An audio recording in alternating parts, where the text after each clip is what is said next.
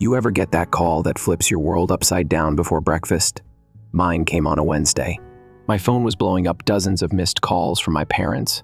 I thought someone died. So I finally pick up, still brushing my teeth, and the first thing I hear is my dad yelling. No hello, no, how are you? Just pure rage. Why would you send only $75 this month? Are you mocking us, Luna? I nearly choked on my toothpaste. Wait, what? Then Mom chimed in, voice cold and heavy with disappointment. Your sister gives us $120,000 every month. She cares about her family. What about you, huh? Living your selfish little life in the city? I stood frozen. My mind blanked out. That's when it hit me. They actually believed I was sending them $75, while my younger sister, Jade, the golden child of the family, was showering them with 6 figures a month. I had been sending that exact amount, $120,000 every month, just like we agreed. But somehow, Jade was getting all the credit, and me, I was the villain in their story. Let me back up. My name's Luna, I'm 32, and I work in logistics for a global food distributor. Not glamorous, but it pays well, and I've worked my butt off for every promotion I got. Jade, she's 26, gorgeous, tall, effortless charm. Think Instagram influencer meets drama school dropout. She dabbles in modeling but spends more time curating her online aesthetic than actually working. From the moment we could walk, she was the princess. I was the extra. Family parties, she got praised for existing. I got handed dishes to wash. My birthday? Let's keep it simple this year. Her birthday? Balloon arches, catered spreads, and 20 Instagram reels. When I was 9, she took my favorite necklace without asking. I cried. Dad just said, "Be the mature one, Luna. She's still a baby." That baby had just ripped apart something my grandmother gave me, and they just shrugged. By middle school, it was clear. Jade was their investment. They paid for acting classes, beauty pageants, even her failed music school stint. Meanwhile, I was told to get a part-time job if I wanted to buy school shoes that weren't falling apart. I didn't complain much. I just learned early. I was on my own. After college, I got a decent job offer, rented a tiny apartment, and began building my own life. It felt freeing to be away from the constant comparisons. A few years later, Jade called me out of nowhere. She was actually being nice. "Let's start giving Mom and Dad some money," she said. "They've done so much for us." Her us felt rich, considering I was the one who never got a penny from them. But I nodded anyway. "How much?" "Let's each send $120,000 a month," she said breezily, like it was pocket change. For her, maybe it was. For me, it meant taking on a weekend job as a night security guard, cutting my grocery budget in half, and not having a social life for the foreseeable future. But I did it. Why? Because deep down, some part of me still wanted their approval, still wanted to be seen as enough. 3 years. That's how long I sent that money, every month without fail. Never missed a payment. Turns out, Jade had asked me to label the transfers under a nickname, Sunflower. She said it was cute and anonymous, so our parents wouldn't compare us. Guess what her transfer name was? Jade Rain, her stage name. They saw her name every month. Mine? Just some floral background noise they didn't care to ask about. And this month, when my transfer bounced for the first time due to a banking error, suddenly I was public enemy number 1. That call shook me. Not because of the money, but because they didn't even pause to ask. Didn't think for 1 second, hey, maybe something's wrong. Nope, they just jumped to betrayal. I didn't sleep that night. My mind was spinning. My chest felt tight. The next morning, I decided to talk to the only person who ever gave it to me, straight Nina, my best friend from high school. She's the kind of woman who drinks black coffee, wears boots year-round, and has a lie detector for a heart. We met at our usual spot, a little cafe by the train station. I barely sat down before she hit me with, "Okay, what's going on? You look like you haven't slept in 3 days." I spilled everything. The calls, the misunderstanding, the money. She blinked, then leaned back in her chair. "Wait, you've been giving them how much? Every month? Since Jade suggested it?" "Girl," she said slowly, "are your parents broke?" "No, Dad's still working. Mom has a part-time boutique gig. They own the house outright. Then why the hell do they need $120 a month?" That's when it clicked for both of us. They didn't need the money. They just expected it. That conversation was a turning point. Nina looked me in the eye and said, "Luna, you've been paying for affection that never existed." That line hit me so hard, I nearly cried right there in public. So I made a decision. I was going to stop the payments. All of them. I didn't text Jade. Didn't tell my parents. I just stopped. And guess what? That was the moment everything started to unravel. 2 weeks. That's how long it took before the storm hit. I hadn't heard a peep from Jade or my parents since I stopped the payments. I thought maybe they'd finally decided to leave me alone. Then my phone rang. It was Jade. I considered ignoring it. I really did. But some part of me, it's always that same part, still hoped maybe this time would be different. Maybe she was calling to say thank you. Maybe she figured it out. She didn't even let me say hello. What the hell, Luna? Here we go. You seriously just stopped sending money? Without even telling me? Do you know how messed up that is? I stayed quiet for a moment, staring at the cracks in my kitchen wall like they could give me answers. I didn't think I needed to explain myself to you, I finally said. You didn't? Wow. She scoffed. Hard. You're unbelievable. I've been sending 120 a month. Every month. Just like we agreed. I've nearly wrecked myself trying to keep up with it. But when it's not even recognized, when they think I'm throwing them spare change, what's the point? Jade didn't say anything for a second. I thought maybe I'd finally made her speechless. Then she sighed dramatically, like she was the one carrying the weight of the world. They only think that because you used that weird flower name, no one knew it was you. You told me to use it. Yeah, but how was I supposed to know they'd assume you were the one sending the tiny deposits?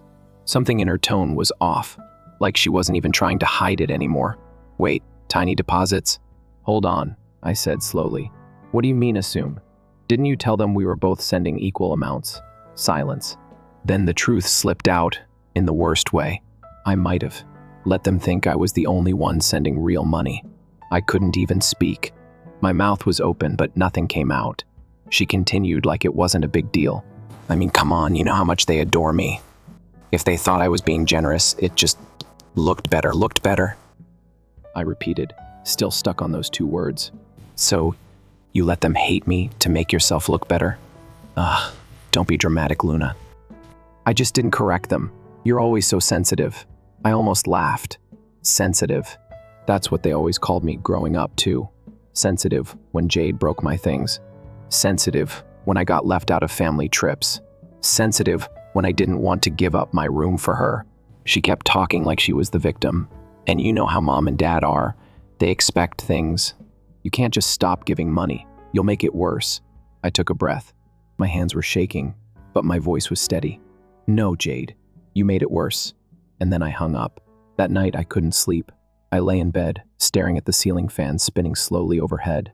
Each rotation felt like a reminder of how much I'd sacrificed, of how easy it had been for Jade to let me be the bad guy, how quick my parents had turned on me. The truth stung more than I expected. They didn't just assume I was cheap. They wanted to believe it. They needed a scapegoat, and I was always the easiest one. The next day, I reached out to Nina again. We met in a park, coffee in hand, jackets zipped up tight against the early spring chill. She listened quietly as I told her everything, every detail, every betrayal. When I was done, she didn't offer sympathy. She offered clarity. They're not mad because they're broke, she said. They're mad because you stopped feeding the fantasy. What fantasy? That your family is close, that you're all doing your part, that Jade is successful and generous and you're the odd one out. But the second you stop playing along, it falls apart. And now they have to face reality. Her words cut deeper than anything Jade had said. She was right. All this time I thought I was holding the family together. Turns out I was just covering their cracks with duct tape and cash. Later that week I finally did some digging. I checked the shared bank logs I used to have access to. Turns out they'd changed passwords months ago. So I called in a favor from an old college friend who worked in finance, just to get an idea of how much Jade was really sending. And here's where things got messy. She wasn't sending anything. Not in the last year. No regular deposits. No large sums. Just small, random transfers every few months. Maybe a couple $100. Meanwhile, my name Sunflower was on record every month for 120. I felt sick. All those late nights, Security shifts, tight budgets, just so my parents could look at me with disgust and praise my sister's non-existent generosity. And Jade? She had the nerve to act superior while using me like an ATM. I needed confirmation. I needed closure. So I decided to confront them. I didn't give them a heads up, I just showed up at their house on a Sunday afternoon. The same house I grew up in, though it somehow felt smaller than I remembered. Mom answered the door. She looked surprised, then suspicious. "Luna? What are you doing here?" "We need to talk," I said, stepping inside without waiting for an invitation. My dad was sitting on the couch, scrolling on his phone. He didn't look up. I sat down across from them. My voice was calm, almost too calm. "I want to talk about the money." That got his attention. "What about it? You sent $75 and thought we wouldn't notice?" I looked him dead in the eye. "I've been sending $120,000 every month, under the name Sunflower. That was Jade's idea. She told me it would be anonymous." They stared at me like I was speaking another language. "I thought you knew." I thought, maybe you just didn't care enough to say thank you. My mom's face twisted. "Why would you? Because Jade hasn't been sending anything. She's been lying to all of us." I pulled out the printouts, the bank records, the evidence. Dad went quiet. Mom still tried to spin it. "You must be misunderstanding." "No," I interrupted. "I've confirmed everything." She took credit for my money. "And you believed it. You wanted to believe it, because it was easier than facing the truth." For once, neither of them had anything to say. I stood up. "You called me selfish, mocked my life, all while using my money to fuel your delusions. I'm done." And then I walked out. The silence from that day stretched into weeks. No calls, no apologies, nothing. But for the first time, I didn't feel guilty. I felt free. I wasn't angry anymore. I was awake. And freedom? It tastes better than approval ever did. A month passed. Total silence. Not a word from my parents. Not even a passive-aggressive text. And from Jade? Radio static. It was strangely peaceful, but I knew better.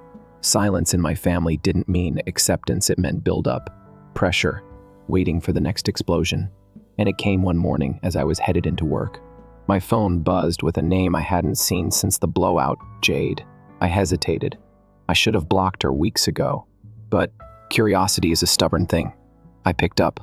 "Luna," her voice cracked. "Why did you do this to me?" There it was, still playing the victim. "I didn't do anything to you," I said, unlocking my office door. "I told the truth." "You made them turn on me." I paused, hand hovering over the light switch. "They turned on you because you lied. You let them think I was the selfish one, remember? I didn't know it would get this bad," she snapped. "They cut me off. I can't go home. They said I'm an embarrassment." I flipped the lights on. The fluorescent hum filled the silence between us. "They only finally saw you for who you really are," I said, quieter this time. "That's not on me, Jade. That's on you." I should have felt satisfied. Should have felt like this was justice, or karma, or whatever you want to call it. But I didn't feel victorious. I felt tired. This wasn't the revenge I dreamed about. This was just the fallout. The emotional ash cloud after years of pretending everything was fine. Jade hung up after a half-hearted thanks for ruining my life. I didn't call her back. That weekend, Nina and I met for lunch again. I filled her in while she stabbed cherry tomatoes with a level of intensity that made me grateful she wasn't holding a steak knife. "So," she said between bites, "she used you, took credit, got caught, and now she's upset she lost the throne?" "Pretty much." "And your parents? Still silent?" "Yep, it's been weeks." Nina shook her head. "They're waiting. They're hoping you'll cave first." "I won't." She looked at me, seriously. "Good. Just don't second-guess yourself, Luna. You're not the villain in their fairy tale." A few days later, something unexpected happened. I got a message from one of Jade's friends, Melanie, someone I barely knew, but remembered from Jade's Instagram stories. Always smiling, always posing with overpriced coffee and designer bags. Her message was short. "Hey, I thought you should know something. Jade's been saying some really twisted stuff about you." I replied cautiously. "What kind of stuff?" She sent screenshots. Dozens of them. Messages from Jade to her inner circle, mocking me, calling me her walking paycheck, bragging about how easy it was to get money out of me, joking that I'd probably send money even if she spit in my face. One message hit harder than the rest. My big sis is too boring to succeed, so I help her feel useful by letting her pay for stuff. Keeps her feeling needed. My stomach turned. I stared at the screen for a long time, not because I was shocked, but because some dark part of me already knew. I just didn't want to believe it. It explained everything. Her sudden friendliness. Her suggestion to keep the donations anonymous. The guilt-tripping calls when I hesitated. All of it. She never saw me as a sister. I was a utility. The next time my phone rang, it wasn't Jade. It was my mother. Of course, now she had time to talk. I debated ignoring it, but part of me was done hiding, done being afraid of what they'd say next. So I answered. "Luna," she started, voice low and serious. "We need to talk about the money. You've missed 2 months." "Right. Not a how are you, not an apology, just a demand." "Why?" I asked. I thought Jade was handling it. "Isn't she the thoughtful daughter? That's not funny," she snapped. "She's not in a position to help anymore, and we're struggling."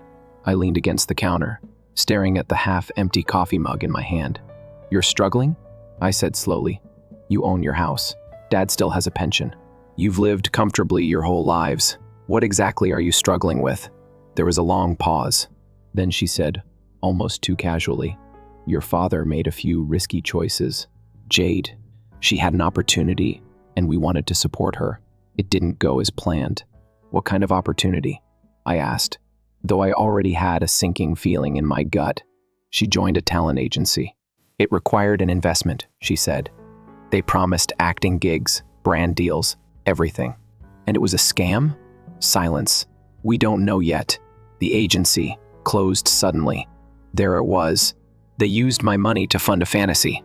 Not groceries. Not health bills. A modeling pipe dream for a daughter who never once worked a full-time job. And when it collapsed, I was the backup plan. Again, I couldn't help it, I laughed. It wasn't bitter or loud. Just this quiet, tired sound that escaped before I could stop it. "You spent hundreds of thousands on a scam," I said. "And now you're calling me, after treating me like garbage for years, to fix it?" "We're your family, Luna," she said sharply. "Family supports each other." "No," I said, my voice steady. "Family doesn't use each other." They didn't take it well. My father called the next day, demanding the money Jade lost be repaid by me since I had more stability. And when I refused, he said something I'll never forget. "If you won't help, then don't bother coming home again. We'll use the money your grandfather left you." He wouldn't want his favorite granddaughter to be abandoned. That was it. That was the moment I knew we were done. They weaponized his name, his memory, just to squeeze more out of me. My grandfather, the one person who'd always believed in me, would have been horrified. I didn't argue. I didn't cry.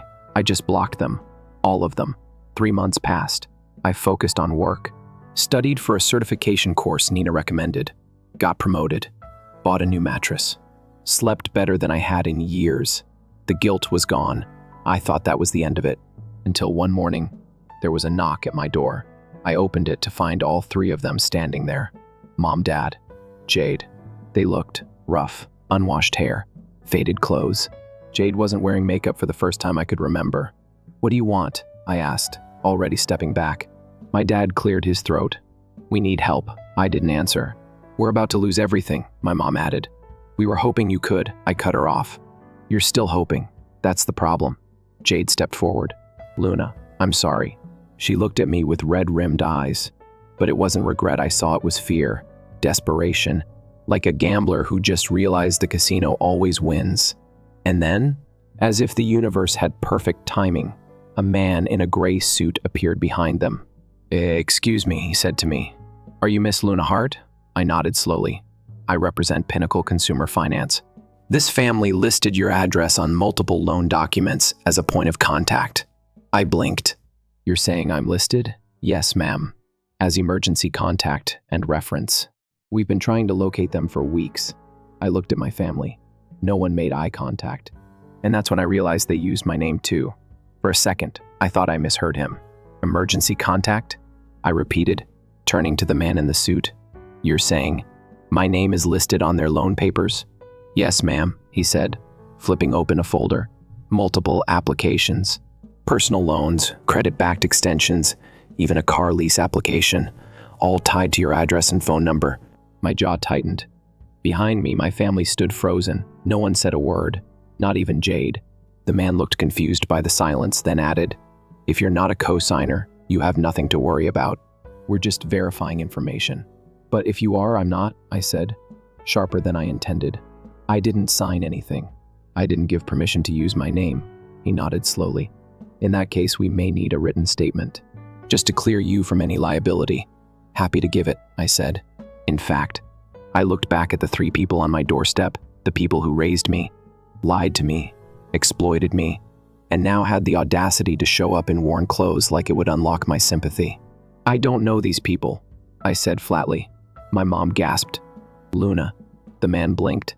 "Sorry, just to confirm, you're saying I have no legal connection to them, no financial ties, no signed documents. If they used my name, they did it without my consent." He nodded again. "That's all I needed to hear. Thank you." And just like that, he turned and walked away. I didn't go back inside right away. I just stood there, arms crossed, watching them shift uncomfortably on my doorstep. "Luna," my father finally said, his voice low and gravelly. "It was just paperwork. We didn't think it'd matter." "You didn't think," I snapped. "That's the problem. You never think unless it's about Jade." "She was struggling," my mom whispered. "We all struggle," I shot back. "But most of us don't commit fraud and drag others down with us." Jade took a step forward. I panicked. "I didn't think they'd actually come after you. That makes it worse," I said. "You used my name to get money, then didn't even bother warning me when it blew up." She opened her mouth, then closed it. I sighed. My hands were shaking, but not from fear, from restraint. "Let me guess," I said. "You thought if it all worked out, you'd keep the money, and if it didn't, I'd be the one to clean it up." No one answered, because the truth was obvious. They stayed for a few more minutes, saying nothing meaningful, just excuses, just noise. I didn't invite them in. I didn't offer water, and when they left, they didn't look back. That night, I wrote my statement for the finance company, making it crystal clear that I had nothing to do with their mess. I scanned every document they'd submitted and sent it off with copies of my own ID, financial records, and a typed affidavit. It was clean, cold, legally airtight. For once, I wasn't leaving any cracks they could slip through. A few weeks later, I got the follow-up I hoped for. The agency confirmed I was cleared of all responsibility. But my family? They weren't so lucky. Word got out that my parents had defaulted on over $90,000 in debt. Jade's modeling prospects, what little remained, vanished overnight.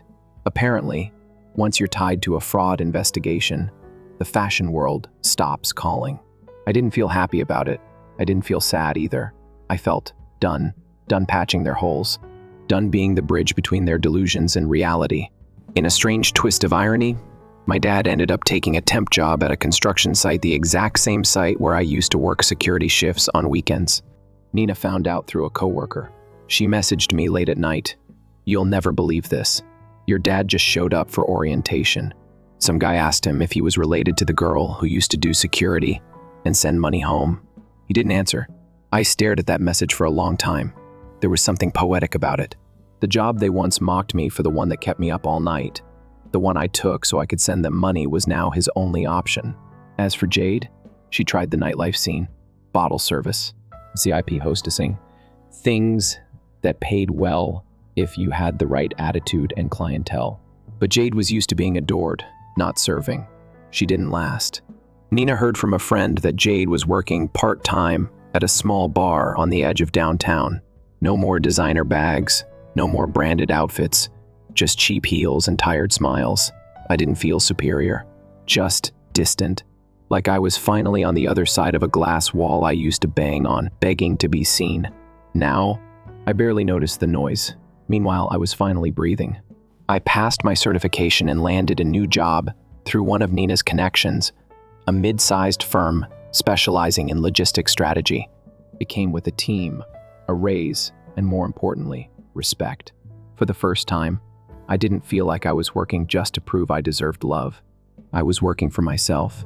I even moved into a better apartment, nothing fancy, but bright and quiet and mine. I bought a new couch, a real one, not the secondhand thing I'd patched with duct tape for years. It was stupid how proud I was of that couch, but maybe pride doesn't have to be big to be real. 3 months passed.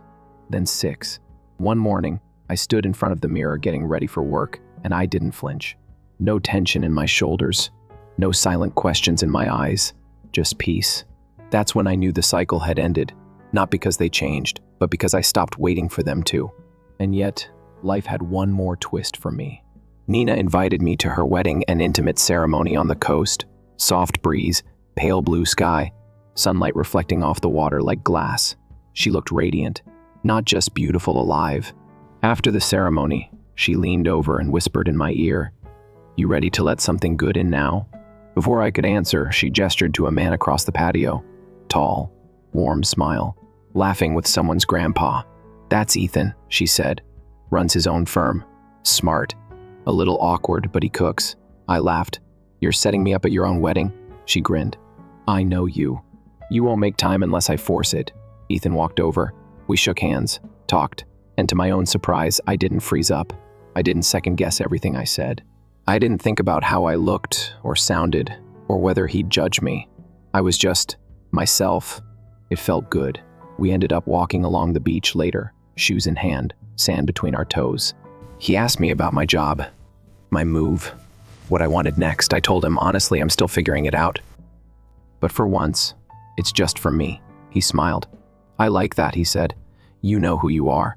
I looked out at the water, waves pulling back and crashing forward, steady and endless. I think I finally do. Life after the storm is quiet in a way that almost feels suspicious. For months, I lived in peace. Not fake peace, the kind you wear like a mask, but the kind that settles in your bones. I woke up without dread. My phone stopped feeling like a grenade. I went to bed without rehearsing old arguments in my head. I even stopped thinking about them. That part surprised me the most. I always thought I'd carry it all forever. The guilt, the ache, the what-ifs. But the more time passed, the more I realized I wasn't just healing. I was growing. And then they came back. Because of course they did. It was a Sunday morning. I'd just come back from the farmer's market, humming to myself as I unpacked fresh herbs and warm bread. The doorbell rang. My heart didn't drop like it used to. I just wiped my hands and walked over, already assuming it was a neighbor or a package drop. But when I opened the door, I froze. Standing there, holding a small box wrapped in gold foil and nervous energy, was Jade. She looked different, tired, smaller somehow. The light in her eyes was dimmer. She wasn't wearing makeup, just jeans and an old sweatshirt that still had a tiny rhinestone crown stitched into the sleeve. It used to be mine, years ago. "Hey," she said softly. I blinked. "What are you doing here?" I was in the neighborhood. I wanted to talk. I said nothing. She held up the box. "It's just bread. From that place you used to love on 9th. I remembered. I didn't move. "Luna," she said again. "Please, just 5 minutes." I opened the screen door slowly. 5, I said, and that's not a promise. We sat at my kitchen table, the same one I built with my own 2 hands from a kit I bought online. I'd stained it a warm oak tone. Nina once said it felt like a table that deserved stories. Jade didn't touch the coffee I gave her. She looked around the apartment, quietly. "You've made a nice home," she said. "Yeah," I replied. "I have." Silence. "I wanted to say sorry," she said at last. "For everything." That word everything hung between us like smoke. Vague, unsteady, easy to say, harder to define. "What are you sorry for, Jade?" I asked, keeping my tone even. "Be specific," she winced. "For using your name, for lying about the money, for letting Mom and Dad believe you were doing nothing while I took credit, for being selfish." I waited.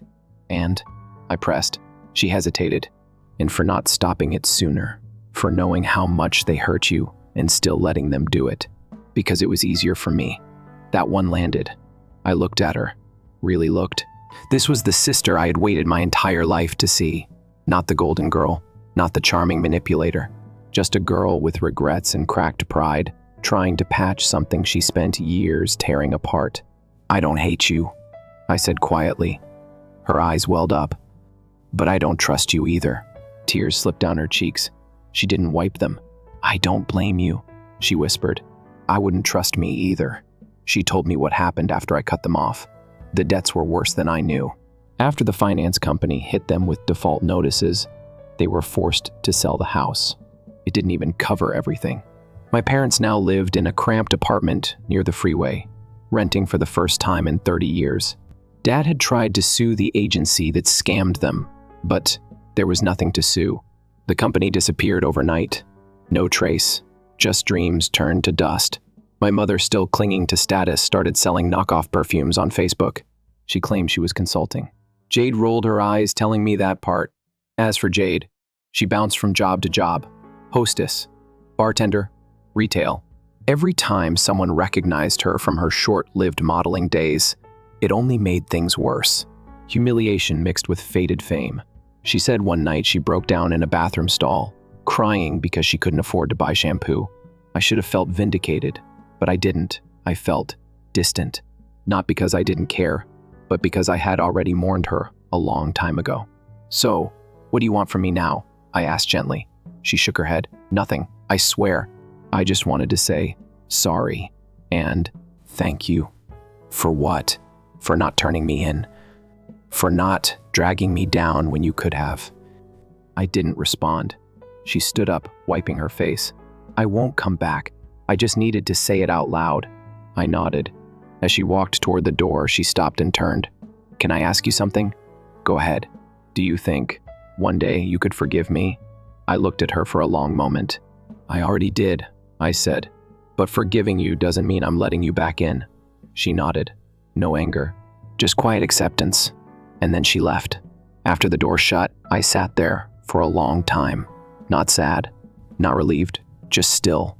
There's this myth that closure comes with grand gestures, apologies under rainstorms, hugs in hospital hallways, people falling to their knees begging for forgiveness.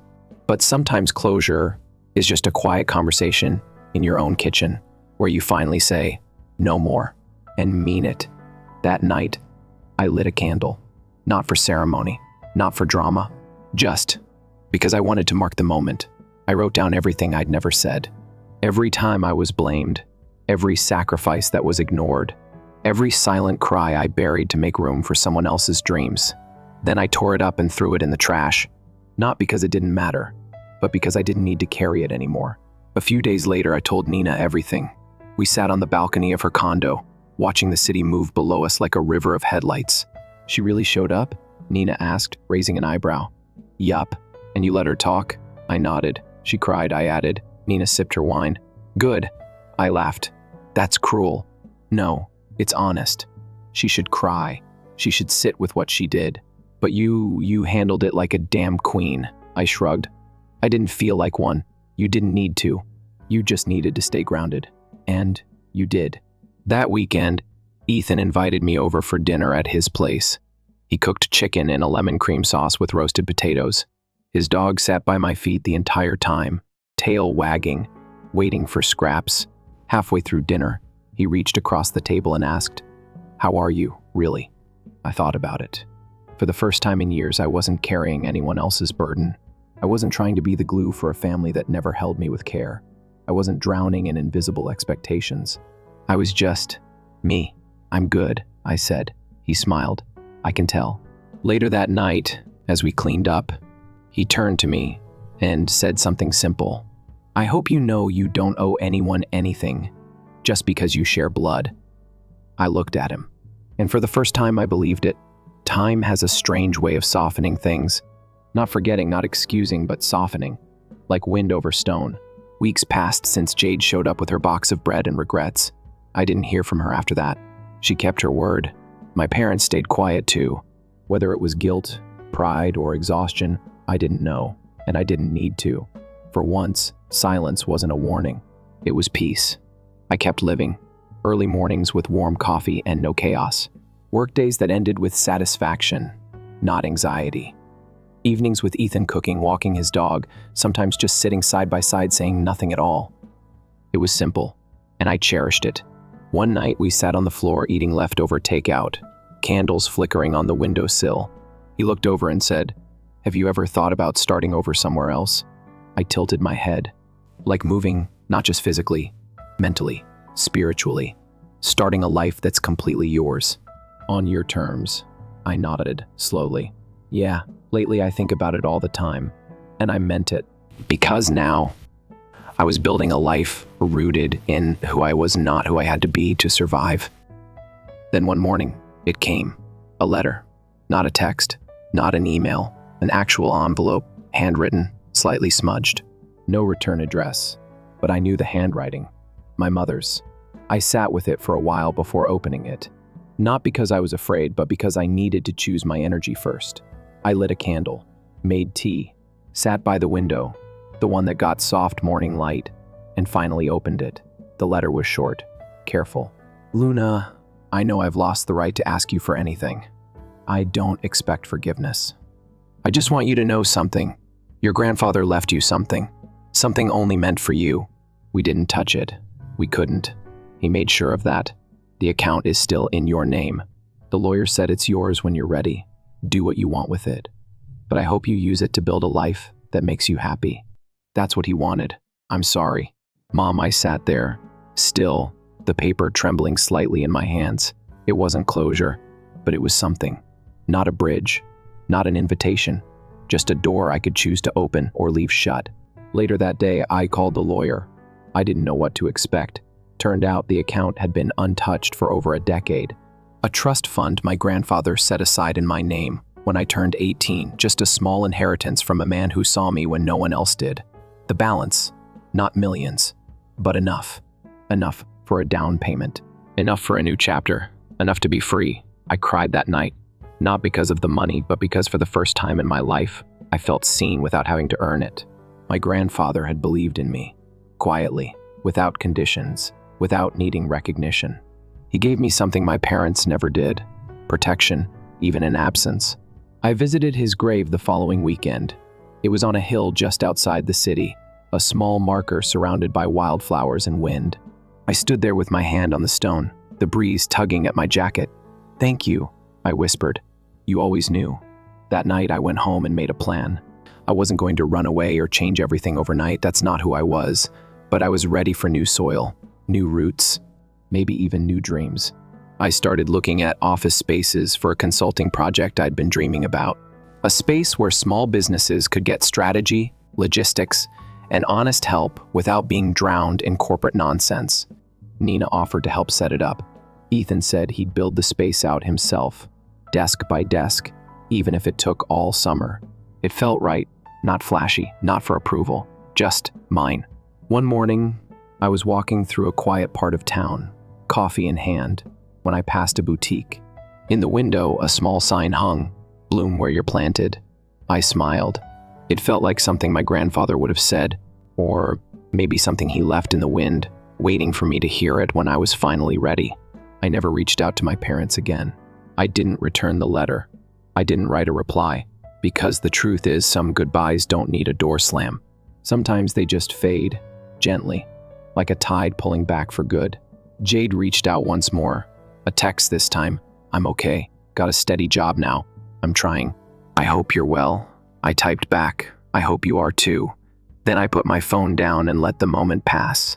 No need to reopen what was finally closed. It's strange, isn't it? How sometimes the people you needed most growing up become the ones you need the least when you grow into yourself.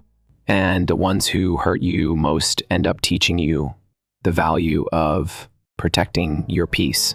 I used to think love had to be earned.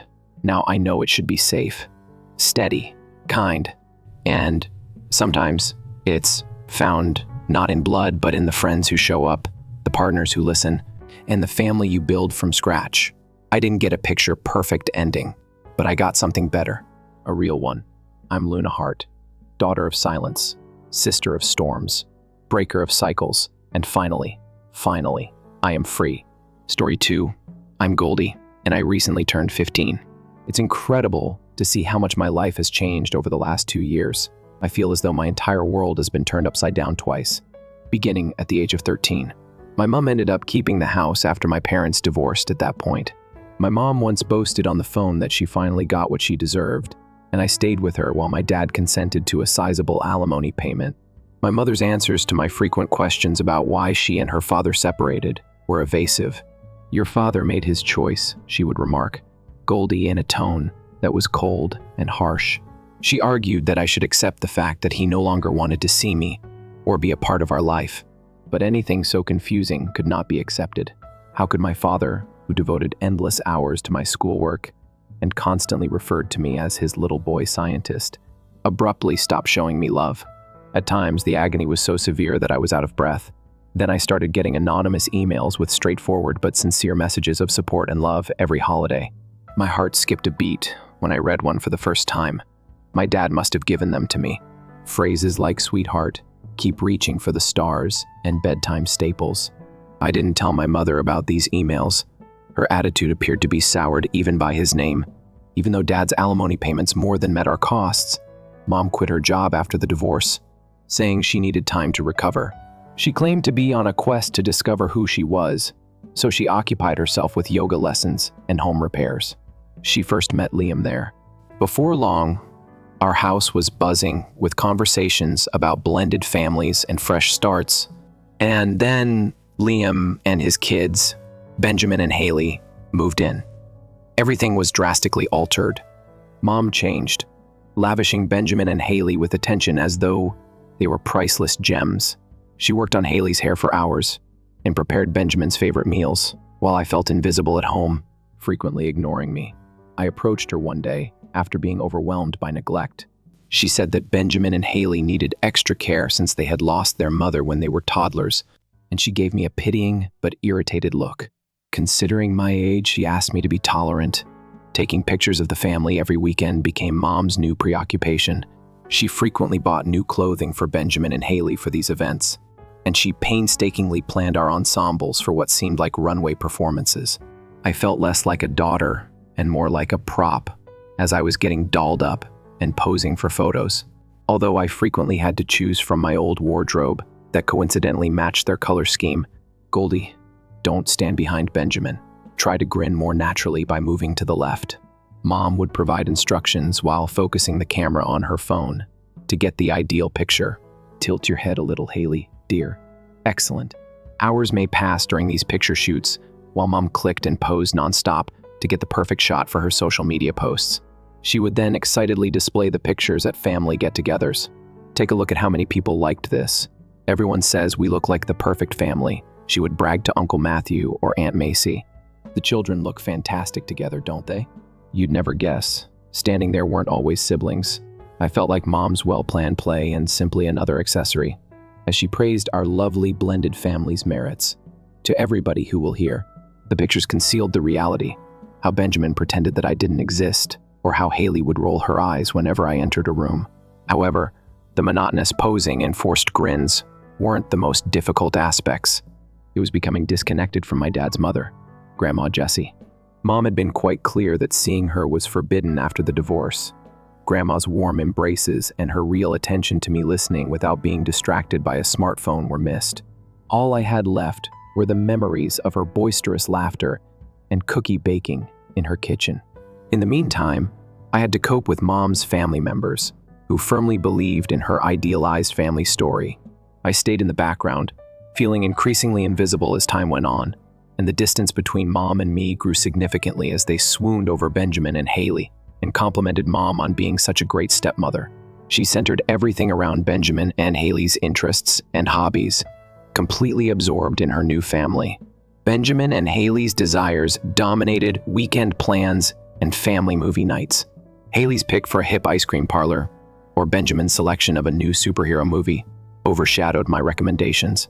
I stayed in my room one Sunday while they got ready for another family trip. Nobody stopped over to see how I was doing or to invite me to join. Haley said, "Good. We don't have to pretend to include her anymore," as I heard her say. Mom said nothing in response. Then summer arrived, bringing with it a significant announcement. I would have been ecstatic that once. Everyone was excited when Mom and Liam gathered them in the living room. Mom said, "We have fantastic news," while holding Liam's hand. "We intend to travel to Europe for a month." Haley and Benjamin burst into applause. "Can we visit Venice?" Haley gave a little squeak. "They have the greatest football stadium," Benjamin added. They bounced about with joy like lottery winners while I watched from the couch. Nobody looked at me. Nobody inquired as to whether I was looking forward to the trip.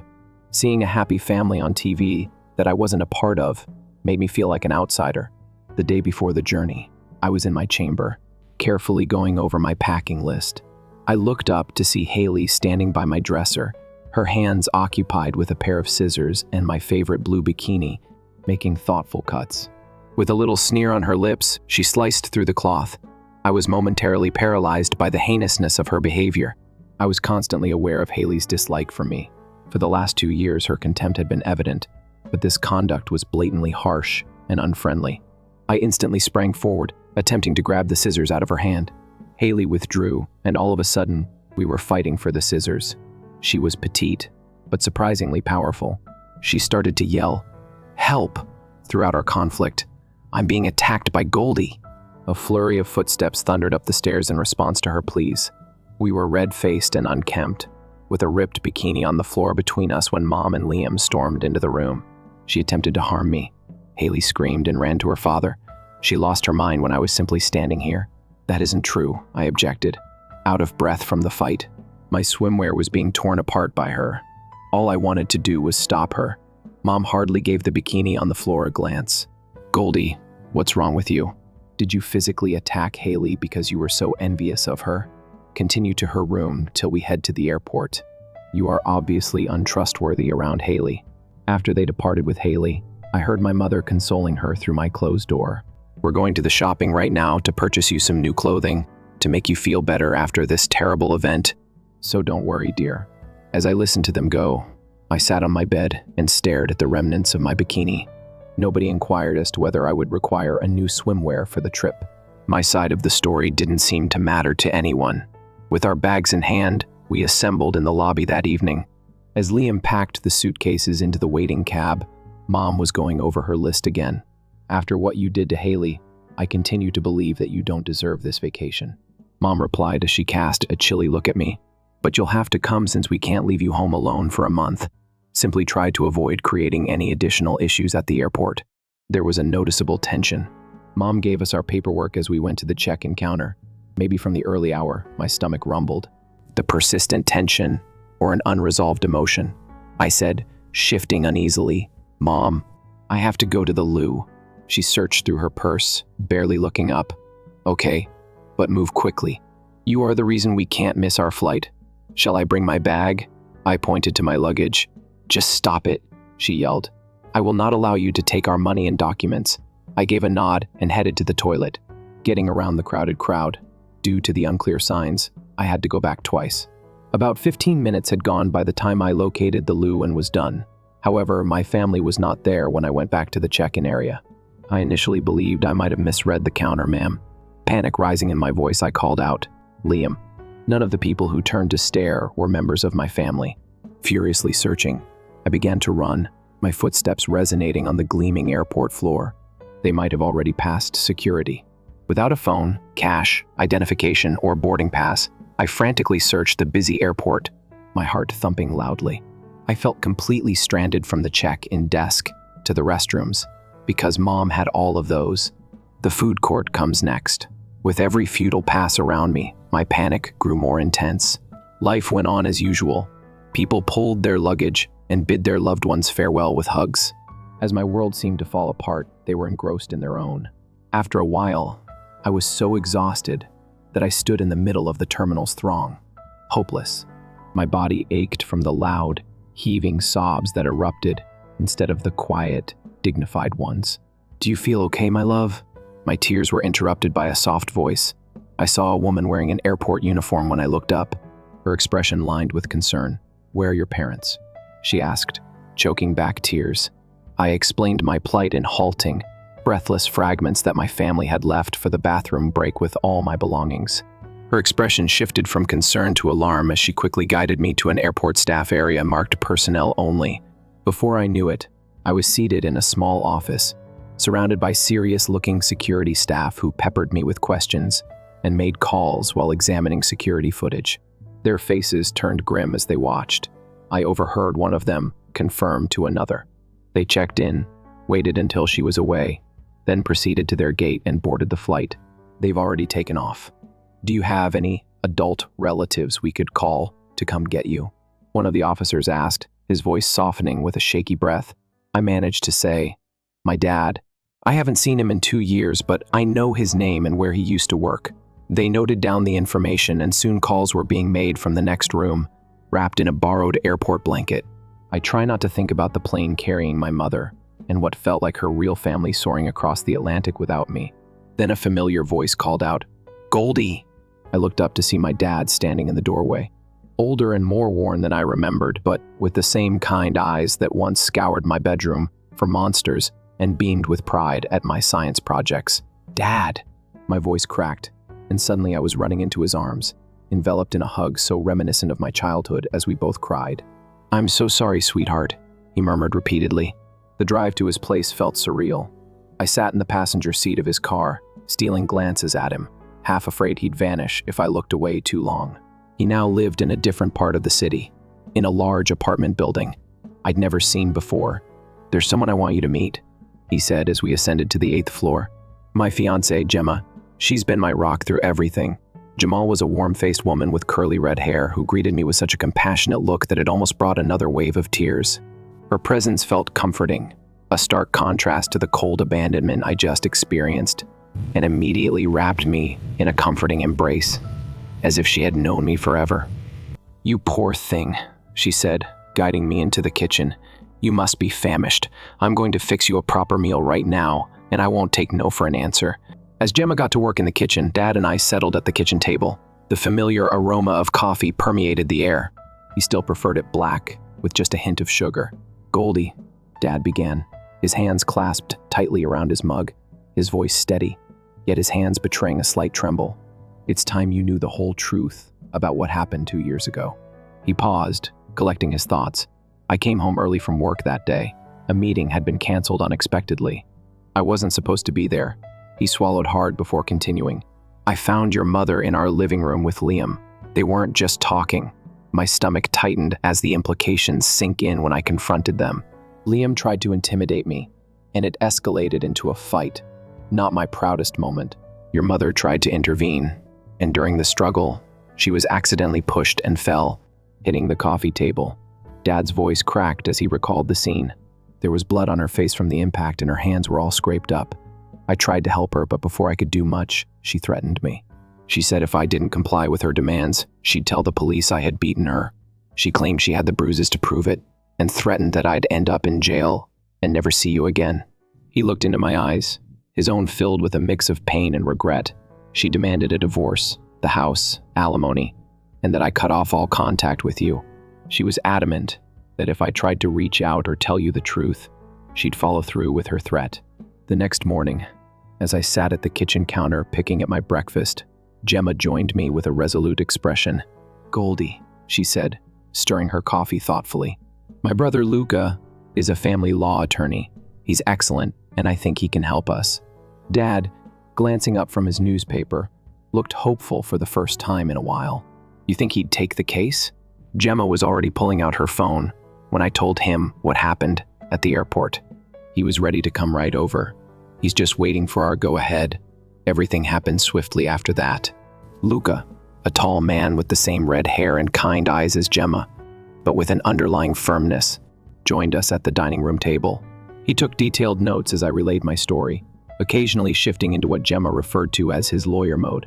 He made several calls then and there, and within hours he had filed paperwork with Child Protective Services and the guardianship authorities. The authorities took an immediate interest, apparently. Abandoning your child at an airport tends to draw rapid attention. A few days later, Dad offered a special visit. "There's someone who's been missing. You dreadfully," he murmured as we traveled through familiar areas. "Someone who never stopped inquiring about you." When we drew up to Grandma Jessie's house, my heart jumped. It looked just as I recalled: the yellow paint, the flower boxes beneath the windows, and the old porch swing where we used to sit and sip lemonade before we could even go to the front door. It swung open. "Goldie," Grandma wept, her voice strangled with passion. Suddenly I found myself engulfed in one of her characteristic bare embraces, laden with an aroma of cinnamon and fresh washing. "Oh, my beautiful daughter, let me look at you," she shouted. We spent the afternoon leafing through old photo albums, delighting in Grandma's legendary chocolate chip cookies and making up on the time we'd missed. She disclosed that she had written birthday cards but never sent them. She had meticulously collected newspaper cuttings of my school's honor roll listings, which were hidden away in a drawer. Weeks turned into days, and before I knew it, a month had passed. Mom was traveling over Europe with her ideal new family in the meantime. As seen by their social media posts, they were having a great time. New pictures of Haley posing, Benjamin exploring, and Mom and Liam having romantic meals in Venice were added every day. However, none of them inquired as to my safety, where I was staying, or even if I was doing all right. My mother had all of my possessions, including my laptop and phone, but she didn't seem to care.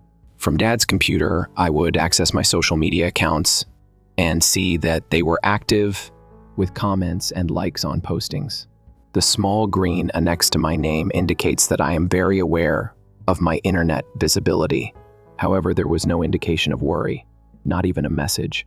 Dad wanted to see how I was doing and said should be at the home when they got back. As I sat in the living room and listened to the cab arrive outside, my pulse was racing. Dad was waiting for the right time, quietly hidden in Mom's home office.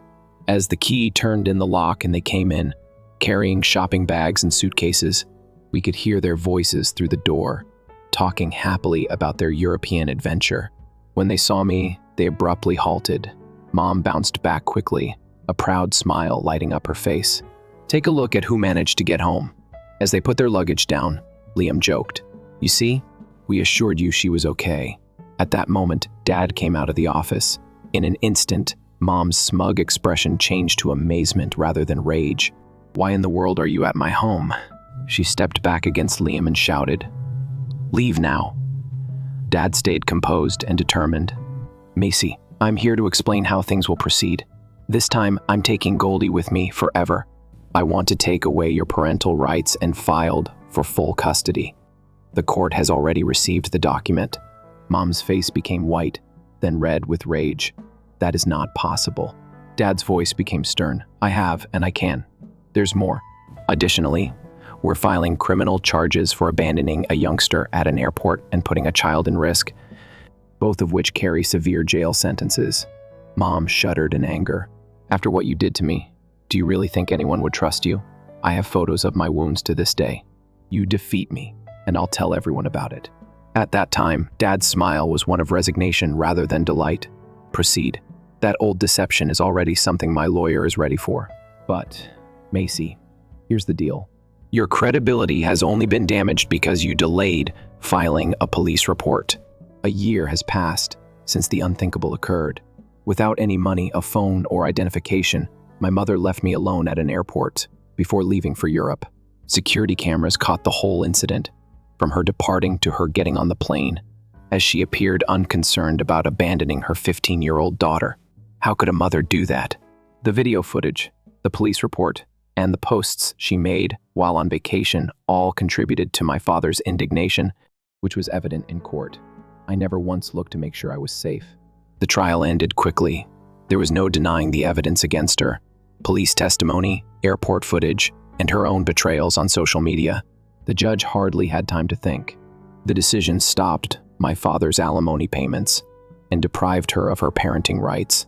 He was given custody exclusively, which just served to codify the fact that we had all come to terms with. As part of their punishment, I would never go back to live with her. The judge's announcement of a year of probation and a substantial punishment for both Mom and her partner, Liam, took the color out of Liam's face. I was not pleased to see them writhe. Rather, I was disinterested, as though I were watching the conclusion of a movie about someone else's suffering. I'm in my new room at my dad's and his fiancée Gemma's house 7 months later, choosing which earrings to wear to Gemma's forthcoming wedding as a bridesmaid. The ceremonial attire is prepared and waiting in a pale blue gown that evokes a lovely summer sky. Mom and her new family discreetly moved away following the trial. Blood, according to my Aunt Linda, who supported us along with the majority of my mother's family, does not justify her behavior. These days, Grandma Jessie comes to see us every Sunday. She brings her favorite chocolate chip cookies and tales that make my father and I laugh and grin while we make new memories. I changed schools, leaving the bitter memories of the previous 2 years behind. I made real friends at Riverside High like Kim and Rachel. Friends who, although not knowing every detail of my background, are kind and supportive. I occasionally catch myself thinking about my mother, Liam, and other people from that past. They appear to be distant, ambiguous characters from a book I read a long time ago. I've blocked them on social media because I no longer need to keep up that connection, not out of animosity. I'm going on. No longer only a supporting character in their romanticized family scenarios. My father frequently remarks that I'm stronger than he was when I was his age. He may be correct, or maybe I'm just fortunate to be surrounded by individuals who embody the ideal of a true family. People who support you, stand up for you, and ensure that you always feel valued. Story 3. Permit me to tell you about my often overlooked upbringing, concealed in my older sister's shadow. Teresa is my sister, and my name is Etta. My senior appeared to enjoy the attention from our parents for 3 years. She appeared to be an only kid. Teresa was the original owner of every new item, whether it was a high-tech laptop, the newest phone, or stylish shoes. Her previous belongings became mine when she updated. Our family wasn't having financial difficulties. My parents just didn't appear to care about my requirements. The only person who saw the difference was my grandma, who was my mother's mother. She would examine my hand-me-downs with a disapproving expression on every visit, as though she had discovered something superior. She would quietly give me an envelope containing cash during those times, insisting that I purchase her something special, something you really own. My grandma had more than simply money, and she really did pay attention. She was interested in my life, unlike my parents. Inquiring about my friends, school, and interests. My parents usually ask about those commonplace topics, but I didn't. My patience had gone thin by the time I was 16. I was sick of constantly dressing in Teresa's trash and feeling invisible in my own house, a sense of being a ghost in the family, intent on blazing my own trail. I got a job at a neighborhood cafe. Taking orders, running the register, and cleaning up were all menial tasks. However, each dollar I made gave me more authority. I owned it, free from the taint of hand-me-downs. There were unforeseen benefits to working for myself. It was satisfying to earn my keep, in being aware that the items I purchased were indeed mine. My grandma recognized this change in me, without the residual feeling of debt to Teresa's remnants. She used to frequent the cafe, sipping her coffee and proudly observing me, seeing my success on my terms. Teresa's transition into adulthood was celebrated in style on her 19th birthday. My parents went all out, hiring gourmet caterers, renting a fancy location, and inviting a large number of family members. As I watched my mother meticulously organize every detail, I spent the morning getting everything ready. By nightfall, the place was crowded with people, and Teresa walked among them looking stunning in a new outfit. While she received royal-level praise at her coronation, I tried to blend in by standing on the sidelines in my best hand-me-down. The evening's high point came when my father stood to salute Teresa, his face glowing with pleasure as he spoke about her accomplishments and qualities. Even on such a magnificent platform, I couldn't help but feel like the overlooked kid. When the festivities reached their peak, my father got up with a sparkle in his eyes, drawing everyone's focus to him. My mom, who was virtually giddy with anticipation, added something. Teresa has always been an exceptional student, as you are all aware. I almost rolled my eyes at the well-known story. With a flush of pride, my father declared, "We are excited to announce that Teresa will be enrolling at Preston University in the autumn." The room erupted in cheers. Preston was the type of prestigious private university where the price of tuition alone may surpass the price of a typical house. Dad went on, "We've been saving for this since she was a little girl." He puffed out his chest. "Although it hasn't been simple, we think that nothing is too nice for Teresa." Grandma got up at that point. The look that suggested she had seen enough stirred in her face in a way that I knew all too well. "That's fantastic news," she said, cutting over the now mute clapping. "I'm genuinely delighted for Teresa. But I have to ask, have you also allocated a comparable sum for ETA's college expenses?" There was a noticeable hush in the room. My parents appeared to have been taken by surprise. They looked down at their sneakers. My mother's cheeks flushed as she stammered over her words. "Oh, well, time is on your side." Grandma interrupted Ada, who was still in high school. "I didn't ask Sandra that." "Well, to be honest, Etta isn't exactly college material like Teresa," my mother said, trying to keep the conversation light. "She's not getting good marks. After she graduates, she could just stay on staff at the cafe." It seemed as if the room's air had been drawn out. Grandma took my most recent report card out of her pocketbook before I could respond. so I felt a twinge of embarrassment. The one who received an A+ in chemistry and all A's. She held these grades up for everyone to see and question them. These are the grades of a non-college candidate, the ones you are aware of. Her youngest child's school, if you ever inquired. The crowd fell silent as my grandmother announced my grades. My parents' expressions changed from shame to surprise. "We were unaware," my father said meekly. "That's right." Grandma's voice was as harsh as shards of glass when she retaliated.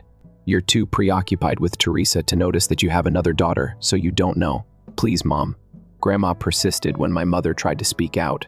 "No, you must listen," she added. "Now explain to me why you haven't put money aside for Edgar's schooling. And Sandra, don't tell me lies. I'm a better parent than that." As the pressure mounted, my father came clean. Teresa's education was paid for with all of our funds. I wished I could disappear, because the family collective gasp seemed like a physical blow. Grandma wasn't done, though. "You have left your younger daughter with nothing." With a contemptuous shake of her head, she remarked, "Okay, then I'll cover Edgar's college expenses. Every cent, since I'm the only grown-up here who appears to be adamant about treating these girls fairly.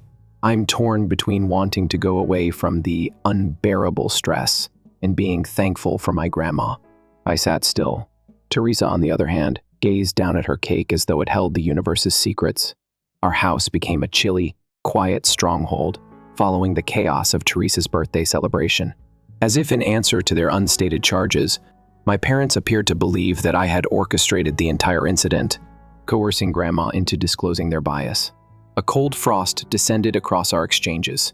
Teresa departed for Preston University that autumn, and any warmth that remained in our home appeared to disappear when she left. My parents seldom acknowledged me, as they moved through the days like ghosts. Sometimes I caught them, and they would give me glances that were a mixture of humiliation and hatred, as though I were the living embodiment of their shame. I carried on with my daily schedule, working at the cafe and getting good marks while living in the resonant silence of our home. Slowly but surely, the day of my high school graduation drew near. I was admitted to State University, which is a decent school, but not as prominent as Preston. The place wasn't only a school, it was a doorway to freedom for me. When I handed my grandma the acceptance letter, her expression brightened. Her pride stood in sharp contrast to my parents' lackluster recognition. They were present during my commencement. However, they were as aloof as strangers, sending only a quick card and a perfunctory congrats before turning back to talking about Teresa's accomplishments. My haven was college. I had breaks to my grandmother's house when I was living in the dorms. I kept maintained a flimsy relationship with my parents by occasionally going to see them. The script for these trips was predictable. They would fill the air with stories of Teresa's recent triumphs as I sat there. Her connection with Gabriel, a successful financier who was probably going to become her fiancé, her high-profile career, and her graduation with honors. I listened in silence, my achievements unacknowledged and unasked for. I would only nod and grin throughout these updates, allowing their words to be muffled by my own. Why should I share my ambitions or accomplishments? Previously, they had exhibited no interest. Now there was no reason to believe that they would. In the meantime, my father would enthusiastically add information about Gabriel's wealthy family and their successful real estate company, illustrating what appeared to be a flawless future. I could feel my grandmother's gaze on me at those times. She looked with comprehension. She understood my silence, why I let them circle Teresa in a continuous circle. Long ago, the fight for recognition had become uninteresting. How are things actually going in your classes? When we were alone, Grandma would inquire. Her voice is pleasant, with sincere interest. I would talk candidly about my goals, objectives, and studies. She participated in every aspect, providing advice and support. I got a job at a respectable marketing company after I graduated from State University. Finally, my efforts had paid off in the form of a real success. As I created my own existence, I had my flat, a respectable salary, and a job path that made me proud. The gap between Teresa's world and mine became more pronounced. But I managed to balance these two realities with Grandma's help, savoring the autonomy to shape my future as I see fit. For me, life was going great, characterized by an exciting sense of independence from my parents' sphere of influence. But my parents really went above and above for Teresa's wedding. At a historic estate with immaculate gardens, They threw a sumptuous event that included a delicious 4-course dinner, a string quartet, and an intricate ice sculpture. Later, I learned that they had taken out a $500,000 loan to pay for this spectacular show. I had my doubts about their financial choices, but I kept them to myself and concentrated on enjoying my sister's happy day. Teresa was glowing, and her husband Gabriel appeared to be a really good man. It came my turn to organize a wedding a few years later. I was overjoyed when my 4-year partner, Connor, proposed. With our closest loved ones, including my cherished grandma, of course, we planned a little engagement celebration at my favorite restaurant. It was a lovely evening until Grandma got up to talk. There was that familiar, important spark in her eyes, the identical one from Teresa's birthday celebration at the age of 19, warmly addressing the room. Then she turned directly to Sandra Jefferson, my parents. Teresa's wedding was very beautifully planned by you. I hope you have something as amazing in store for Aita. There was an unsettling stillness in the room. Grandma's unblinking eyes made my folks wriggle. Of course, said my mother, with a forced grin. We wish for both of our daughters to be married in stunning ways. Attempting to divert attention from the stress, I swiftly shifted the subject, but the mood was impacted by Grandma's remarks. My mother asked me to come over a few days later to talk about the wedding. Connor offered to join us for dinner, but I reluctantly accepted, choosing to go alone. My mother anxiously inquired about my wedding fantasy. I mentioned that Connor and I had carefully calculated a budget of $33,000 from our savings for a modest, personal gathering of about 72 guests. My mother seemed horrified at the small amount, which surprised me. Not at all. That is just unacceptable. As with Teresa's wedding, we'll pay for this one too. The budget should not be a concern. Select your preferred option. She was adamant. I was taken aback. My parents were keen to pay for a big wedding for me after years of feeling like an afterthought. Something didn't feel quite right, but I couldn't place it.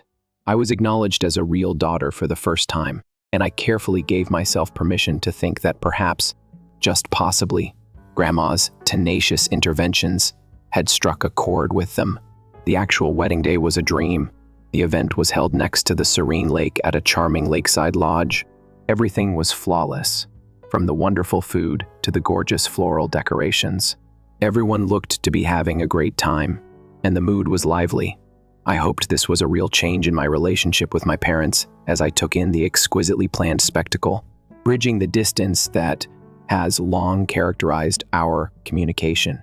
My parents interacted with the guests and showed a real sense of pride that, for once, felt genuine, as if they were enjoying the wedding. During the reception, Grandma drew me aside to show her joy, her eyes sparkling. She gave me a loving embrace and murmured, "This is exactly what you deserve, sweetheart. Your parents taking charge of your special day makes me very happy." She went so far as to praise my parents for organizing such a fantastic celebration. Connor and I were ecstatic as we left the celebration, eager to enjoy our honeymoon in Hawaii and completely cut off from everything but our new life together. However, not long after our return, reality hit us hard. I was unpacking when I noticed an email notification with the subject line, "Wedding expenses." Maybe I'm expecting a cost overview just out of curiosity.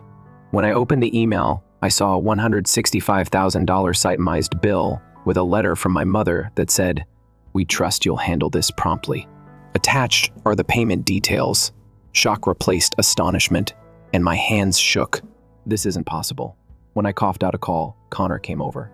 When he saw the email stating that they are invoicing us, after insisting on covering the wedding themselves, his look changed from one of bewilderment to one of indignation. "There must be a mistake here," he remarked, but his hesitation was evident in his voice. However, it was not an error. Both the bill and their expectation that we would pay it were quite genuine. We sat together that night and looked at our financial accounts, attempting to understand the ramifications. "The funds are with us." In reference to the money meant for our future house, I remarked, Holloway. In an attempt to get an explanation, Connor proposed that we first talk to my parents, but I knew the harsh reality. No miscommunication occurred. This was simply another episode in the same old tale of being inflated and then disappointed. However, they had waited until after the wedding this time. It was with sorrow that I made the $165,000 check. Not only did I feel betrayed, but I also felt a strong determination stiffen within of me as I saw our hopes for a house go away with every pen stroke I made to seal the envelope. I'm finished. As we place the envelope in the mailbox, I say this to Connor. I've given up trying. I'm done hoping. Just finished. How is your granny doing? In a worried tone, he inquired. Shall we inform her? I stopped. The situation's weight pressing down on me. I am unable to. She was really pleased of the wedding, I confessed. I'm glad I can't break her heart with this. I replayed every indication I had disregarded, but I was unable to fall asleep that night. Their impulsive generosity and insistence on a lavish wedding, they rejected my budget. I really wanted to think that they had changed. And just as things were starting to return to normal, I had fallen into their trap because of my desire. One Sunday afternoon, Melanie, a family friend who was well known for her intrusive joy and inedible fruitcakes, showed up unexpectedly with a cake and a big smile. She swept into the living room, ignoring me. Her presence served as a sharp reminder of my parents' ongoing social facade. She chirped, a darling, establishing the tone for what I expected to be a clumsy meeting. I hadn't seen Melanie in a long time, but she showed up at our door without warning as usual, saying she was just in the area and wanted to check in on me to see how married life was going. My father's sister, Aunt Melanie, was the family's self-appointed news anchor and was always ready to learn about any rumors. Her visits were rarely short and frequently gave the impression that she was there more to gather stories than to actually catch up. Would you like some coffee? I made an offer. I prepared myself for what I knew would be more than a brief conversation. Yes, dear, that is true. With the air of someone getting ready for a long stay, she settled into our couch and said, then we can catch up properly. She jumped right in after being seated. It's been a long time since I saw your parents. How are they doing? Delaying my response, I busied myself at the coffee maker. I'm not sure. I wouldn't know when I finally responded. Her pitch rose in surprise as she echoed, what now? And what do you mean? They are your parents. I no longer communicate with them. I put her coffee down in front of her and spoke plainly. However, why? She bent over, her eyes lighting up at the scent of fresh gossip. They made your wedding so lovely. People are still discussing it. I'd rather not discuss it, I stated firmly. 3 days after her visit, my phone exploded with notifications. Aunt Melanie had taken to Facebook, broadcasting her version of our conversation in a post, laden with disappointment and judgment. It breaks my heart to see how ungrateful some children can be these days. Just visited my niece, who told me she's cut off contact with her parents, the same parents who just threw her a gorgeous wedding. No respect for the family anymore. Parents sacrifice everything, and this is how they're repaid. Ungrateful children, heartbroken family values. The comments poured in instantly. Distant relatives who I hadn't interacted with in years suddenly became vocal critics of my life, labeling me ungrateful, spoiled, and disrespectful. Even those who rarely engaged with family matters were now demanding explanations, tagging me in aggressive responses. But what struck me the hardest was my mother's comment under Melanie's post. It's true what they say, you never really know your children. Some show gratitude and appreciation for everything their parents do for them. Others? Well, you can certainly tell the difference between my eldest and youngest daughter's disappointed mother. After hours of stewing over the situation, staring at my mother's words, which felt like sharp jabs to my heart, something within me snapped. Enough, I declared aloud, startling Connor in the process. I was done being portrayed as the villain in their narrative. Trembling, I retrieved the check I had written for $165,000 for my filing cabinet, took a photo showing the amount clearly, and began drafting my own Facebook post. Since everyone seems to have an opinion about my relationship with my parents, let me share the real story. Yes, they threw me a beautiful wedding. No, I didn't ask for it. In fact, I had planned a modest celebration with a $33,000 budget, which I intended to pay for myself. They insisted on a grander affair, promising to cover the costs, just like they did for Teresa. 1 week after the wedding, they sent me this bill for $165,000, 5 times my original budget. Here's the check. I had to write them using every penny of our house down payment savings. That's why I don't talk to my parents anymore. I hit post before I could second guess myself attaching the photo of the check. The reaction was swift and dramatic. The same relatives who had called me ungrateful were now expressing their shock, and the tide of comments under Aunt Melanie's original post shifted. Many now called for its removal, shaken by the revelation of the full story. My phone rang just as I was setting the table for dinner. It was Grandma. I could hear the strain in her voice as she asked Aita, "Is it true what you posted about the wedding bill?" I took a deep breath and told her everything. I explained how Mom and Dad had dismissed my wishes for a simple wedding, insisted on an extravagant affair, and then slapped us with a staggering $165,000 bill right after our honeymoon. I recounted how Connor and I had to use our house down payment to cover the unexpected expense. As I spoke, there was a heavy silence on the other end of the line. When I finished, Grandma finally spoke, her voice filled with a mix of anger and resolve. "Those miserable, selfish people," she sighed. "Listen to me. Etta, you focus on taking care of yourself and Connor. I'll handle your parents, Grandma." "You don't have to." "Yes, I do," she interjected firmly. "I've watched them treat you like a second-class citizen your entire life. However, this is a new low, even for them." Her tone hardened. "Don't worry about them anymore. I'll handle it." After we hung up, I spent the next hour methodically blocking my parents on every communication platform: phone, email, social media. I was done with their games, done with their manipulation, done with hoping they would change.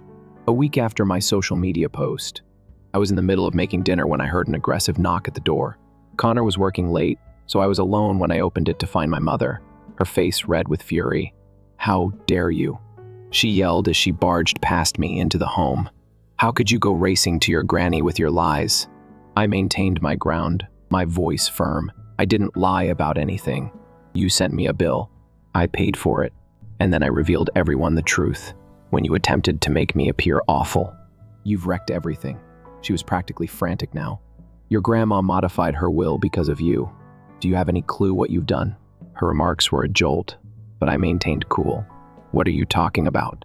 She's leaving practically everything to you. Her funds, the house, everything was shattered by Mom's speech. Receive a few little bits, Teresa, while your dad and I receive nothing. And you are solely to blame." As my mother resumed her diatribe, I processed this new knowledge. She said, "We had it all planned out. For Teresa's wedding, we took out a second mortgage, but it was okay since we planned to use the inheritance to pay it off. The plan was for your granny to divide everything equally. Everything suddenly fell into place. You insisted on covering the cost of my wedding because of this." Slowly, I said, "You believed that you would receive the money back from your grandmother's estate anyhow?" "Naturally. That's the reason. But now take a look at what you did. You've betrayed your granny and were drowning in debt." She became much more irate because I couldn't help but chuckle. "I just gave you $165,000 for my wedding, though. Your debt should improve as a result." Mom's complexion darkened much more. "That money has already been spent. That's not the purpose, though. This has to be fixed. Visit your granny. Inform her that we've reconciled, that there had been a major misunderstanding." "No," I said, my placid demeanor concealing the strength of my judgment. "Now, what do you mean? This is something you owe us." However, something settled over me as I gazed at her. An unwavering determination. I told her I didn't know anything about her. "I'm finished." I finally broke free from the weight of their demands and manipulations. At this point, knowing that I had finally put an end to that chapter of my life permanently made me feel lighter as she stormed away. "I owe you nothing," I informed my mother firmly. "No more. That's what your money issues are. Yours. I won't tell Grandma a falsehood to get you the money you didn't deserve in the first place." Prior to her launching another insult, I went to the door, pushed it open, and motioned her out. I closed the door and locked it after giving her a forceful but gentle shove out of the flat when she hesitated. Before she eventually departed, she screamed and banged on the door for another 15 minutes or so. Teresa called the next day, accusatory in her tone. "How could you harm them like this?" She made a demand. "Like they gave you everything, and you pay them back like this?"